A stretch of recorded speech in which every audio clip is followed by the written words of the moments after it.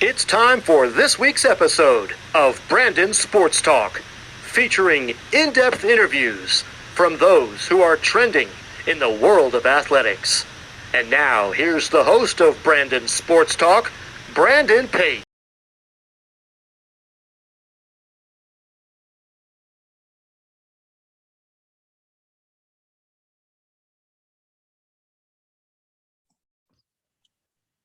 Welcome back to Brandon Sports Talk. In today's episode, I have the privilege to interview Franklin Pierce's head volleyball coach, Stephaine Dragan. How are you doing today? I'm doing well, thank you. Can you talk about how you knew that you wanted to get started in coaching in college volleyball? Yeah, college volleyball kind of called me back before I knew this is what I wanted to do. After college, I was living down in Atlanta and I was temping because I couldn't find a job back then that I really felt comfortable with. And a former Georgia football player of all things came up to me. I was working for his company and said, you know what, you need to call this guy Pete. He needs someone to coach his club. And I met up with Pete and I started coaching with that club. And that first day that I went into practice and stepped back out on the volleyball court, I knew that was what I needed to do for the rest of my life. What was it like going to college and playing college volleyball? It was an amazing experience. It was a long time ago, and the older I get, the better I was. But what I like to take away from there is I was able to play with my sister in college, and that was a very unique experience. And still, some of my closest friends are people that I met while playing at Shawnee State. How's that like, obviously, playing at Shawnee State with your sister? I'm sorry? How is that like playing with your sister at Shawnee State? It was amazing. When you're in high school, and I was the older sister and she was 2 years younger than me, I never really wanted her around, right? Because what older sister does want their younger sister there? And then when it was time for her to decide where she was going to school, I talked her into coming with me and playing at Shawnee. And, sisters can talk to each other a different way out on the court. And we would fight and we would argue on the court in front of our teammates, who would just be horrified because unless they didn't have a sister, they didn't understand what was going on. And it was such a unique experience. What was that like, obviously, working with the U.S. developmental team? That was a lot of fun. Going over, I was like the third or fourth assistant, and going over to Croatia and Slovenia, like I didn't have to make any of the hard decisions. So I was able to fly under the radar and like in timeouts call somebody over and like give them a little pointer here or there. But, somebody else got paid the big bucks to make all the tough choices. So it was really, really fun for me. How was your time working with the U.S. developmental team helped you into where you are as a college coach? Well, I was at a different university. I was in Division I when I was coaching there. And I was able to work with a lot of elite athletes that played in the ACC and the Big Ten. And it was just really neat to be able to work with women that had such great athletic abilities. That was a little bit different than what I had. There were actually two of my girls were on that team.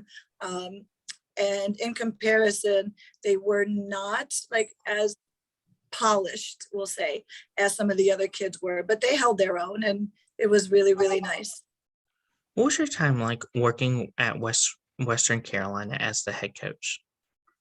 Yeah, my time at Western Carolina was not the best times in my coaching career. It was the only place where I hadn't been able to achieve success. And I did not have a great relationship with the team. I just couldn't get them to buy into what I was selling. And, I'm at such a better and happier and healthier place now at Franklin Pierce.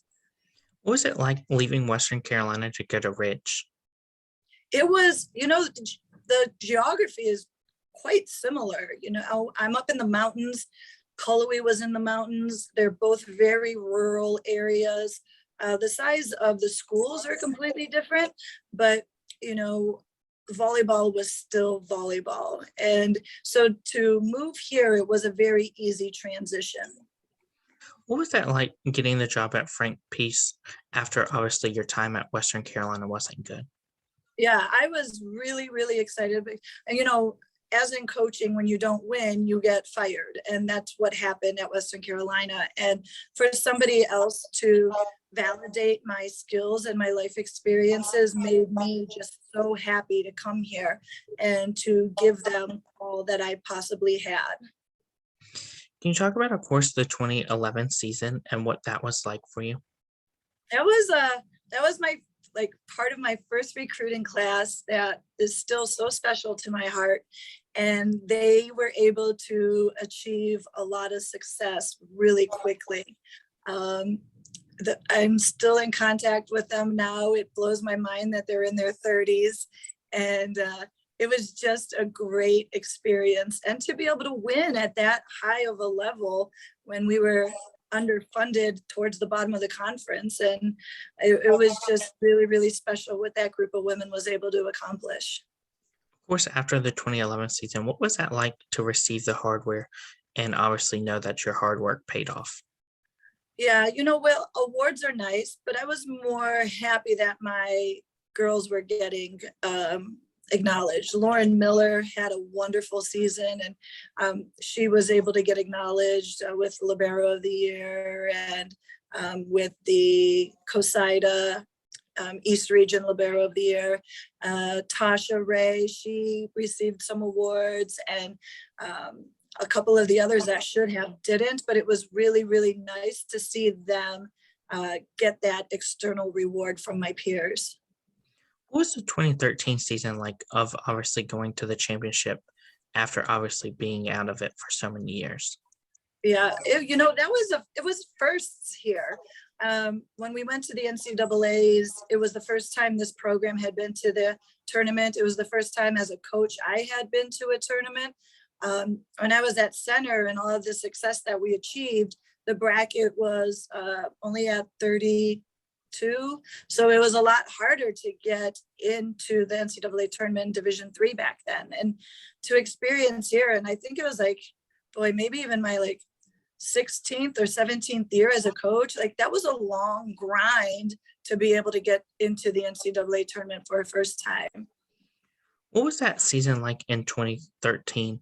Obviously taking your team to the NCAA championship and obviously seeing them hoist up the trophy and you hoist up the trophy. Yeah, it's a lot of hard work, and winning is very hard. Everybody says that losing's easy and winning's hard, and it really is. It's very, very stressful to keep winning and winning and winning and knowing that everybody is targeting for you. It was just a lot of fun, and the girls were just so super, and it's still that special class. My first actually 2 recruiting classes just made things just so enjoyable and so memorable. Of course, how have you built the championship culture at Frank Peace? What we did is, I believe in doing the little things off the court. It's going to carry over to the big things on the court. So when I first got here, not only with recruiting and finding the right fit for us, but believing that if we're able to be good citizens on the campus, if we're able to get good grades, follow the rules, that if we're able to do all that off the court, getting on the court is going to be really easy to be successful there. And it really helps that I recruit a lot of A personality types. What are some of the game day traditions that you've helped implement? I don't think we have a lot of game day traditions. We have more routines than actual traditions. I think just setting up a normal schedule and having an itinerary to follow daily for the girls, it's important and establishing consistency. But I think of a lot of the game day traditions that they enjoy, I'm not a part of, because that's when they're in the locker rooms doing whatever they're doing. Who are some of the teams that you compete against each week? Our conference, the Northeast 10, the NE10, is mostly, they're all New England schools. So there's Bentley, Stonehill, AIC, Assumption, Here in New Hampshire, it's St. Anselm and Southern New Hampshire University. St. Mike's is up in Vermont. Down in Connecticut, there's Southern Connecticut State and New Haven. And then we have 4 New York schools, which would be Adelphi, Pace, Lemoyne, and St. Rose. And that's who we battle with year in and year out. What's that like, obviously competing against some of the teams like Pace? Every year somebody's going to be bringing something different to the table, and there's not one team that you're like, oh, this is an easy day, we're going to have an easy day in the gym, because anybody in our league can beat anybody. And it amazes to me how we just week in and week out just beat each other up. Going down to Westchester County and playing at Pace, like you mentioned, is always fun because we get family, all our New York families get to come and watch. And so we have a nice visiting section there cheering us on. So it's just different everywhere we go. Everybody's good in this league. Of course, with some of those teams that are close, and you said that you have, quote, a visiting section, what is that like, obviously having your fans be so close where they don't have to travel so much to see y'all? It's really nice. We get more people on the road than we do sometimes at home. Family. We get more family on the road than we do at home. When we're playing at home, our students do an amazing job of packing our stands. And we have a small facility, and it's so loud in there when we get the football team and the soccer teams. And it is such a great environment to be a part of. And when we're on the road, that's when it seems like we get everybody else, all the families that come and visit, and then they bring their friends, and, the high school coaches show up. And it's nice that no matter when we're playing, somebody is there in crimson and gray and cheering us on. What does the recruitment process look like for those prospective student athletes looking to play college volleyball? Right. The first thing I would say is to make sure that you're looking for the right fit for you as a student athlete, as a recruit. The most important thing is making sure that the schools that you are exploring has your academic majors that you're possibly interested in. And then the second thing I always like to recommend to them is, if you're a 5'8" middle hitter, go on the roster of the schools that you're looking at and make sure that their middles are 5'8" as well. If you see that their middles are all 6'2", you might not be the best fit for that program. The next best thing to do then is to reach out to the coach, send them an email, send video, and then, just like any relationship, you just start developing a relationship with that coach. What are some of the things that you look at while on the road looking at these prospective student athletes? Right. I watch to make sure that they have a great attitude, that they're good teammates, that they're not rolling their eyes at their coach or rolling their eyes at the teammates when somebody makes a mistake. I'm watching, obviously, their athleticism to see their volleyball IQ. Are they just, for a hitter, just like swinging away into the block as hard as they can, or are they trying to manipulate the ball around the block? What do they look like when they're in transition? Are they moving effectively? Are they not moving at all? There's so many little things, but I think in that recruiting very beginning process, their attitudes and their body language is the most important thing to me. What does the official visit look like at Frank Peace? Yeah, what we will do is we will set up an itinerary, and they usually show up in the morning and take a tour and sit in on a few classes. I try to get them to spend as much time as they can with our current team members, because they are going to spend much more time with them on a daily basis than they are with me. And if they're out of their high school season, we try to get them to practice with us as well. What is that like as a head coach, seeing them get to try on that jersey when on the official visit?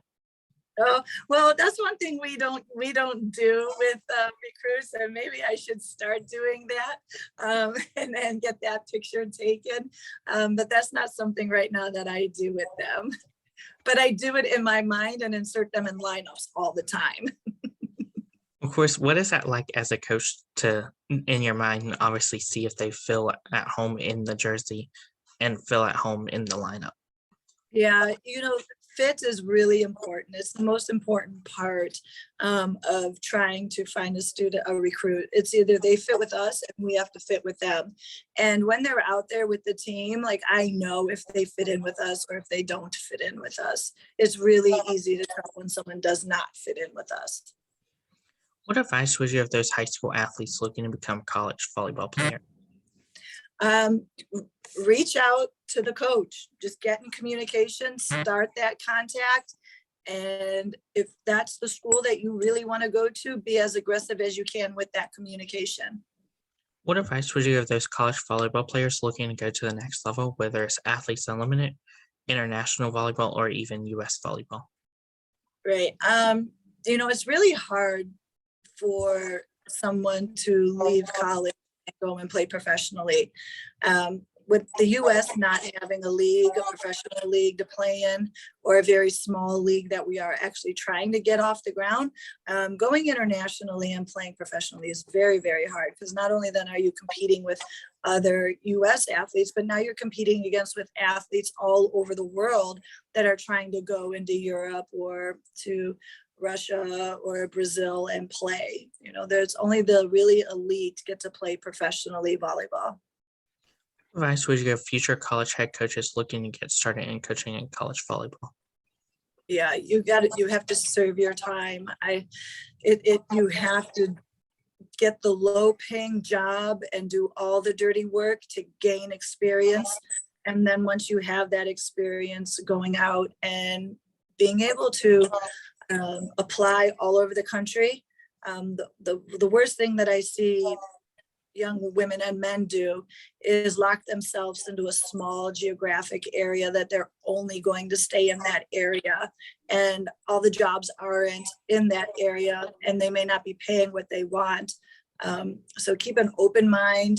You've got to do the dirty work at the bottom of the barrel at the beginning to get your foot in the door somewhere for a start. That's great advice. Where can my listeners find you at on social media? On Twitter, it's at Coach Dragan. Last name is Dragan. And I believe it's Instagram, it's at S Dragan. And then Facebook, obviously, it's just Stephaine Dragan. Where can my listeners find your program at on social media along too? Okay, all of our social media is listed under FP Ravens Volleyball, FP Ravens VB. Yeah, all of our social media. And also, all of our socials are also linked on our website on our volleyball page, which is fpuravens.com.